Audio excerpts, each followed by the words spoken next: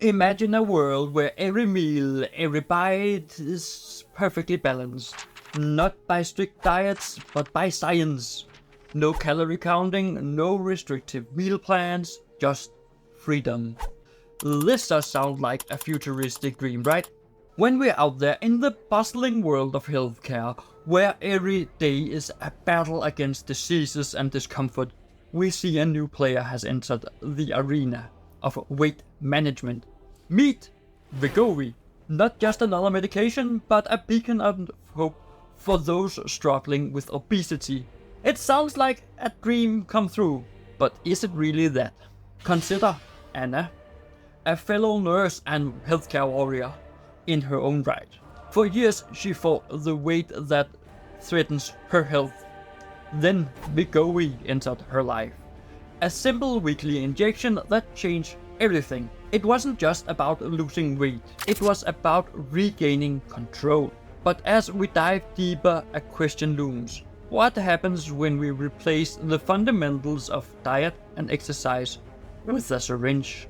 It's a question that haunts the halls of hospitals and the minds of healthcare professionals like you and me. For instance, in my years in healthcare, in the emergency department, in psychiatry, and even during my time as a Navy medic, the importance of foundational health practices was undeniable.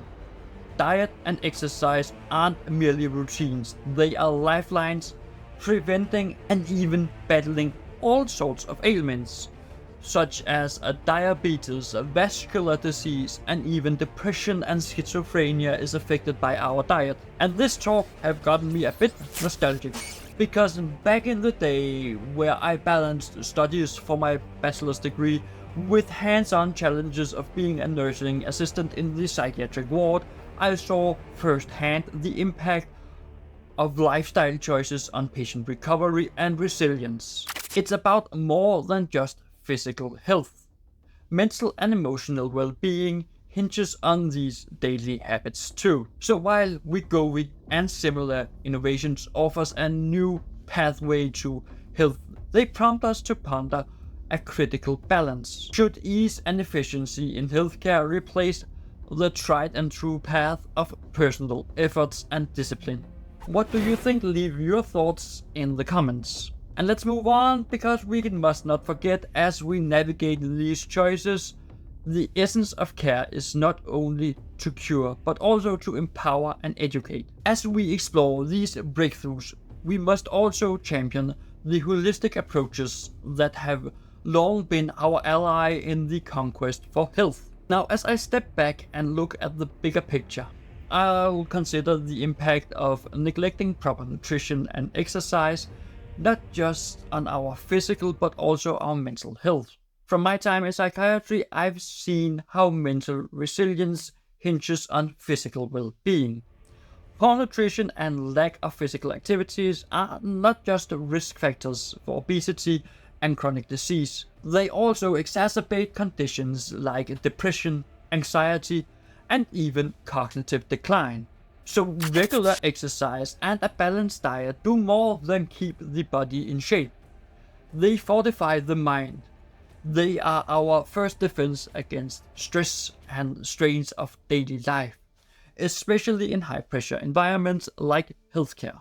And that is also why I am very considerate of what I eat. And furthermore, I do work out. I know I'm not that big buff, but I do work out. I make sure that I get my step count in on 10,000 steps each day. 5 times a week I have my pulse elevated to a high level. I make sure that I do that. And furthermore, you should always consider the power of a good meal or a brisk walk in clearing your thoughts and elevating your mood. These simple acts are profound tools in managing stress and boosting mental clarity. They foster a sense of well-being that no medication can replicate. As healthcare professionals, it's crucial that we lead by example, advocating for and practicing a lifestyle that values diet and exercise, not just for our physical benefits, but for the profound impact on our mental health. Because let us remember that each step we take towards healthy living not only extends our lives, but enhances the quality of every day we live.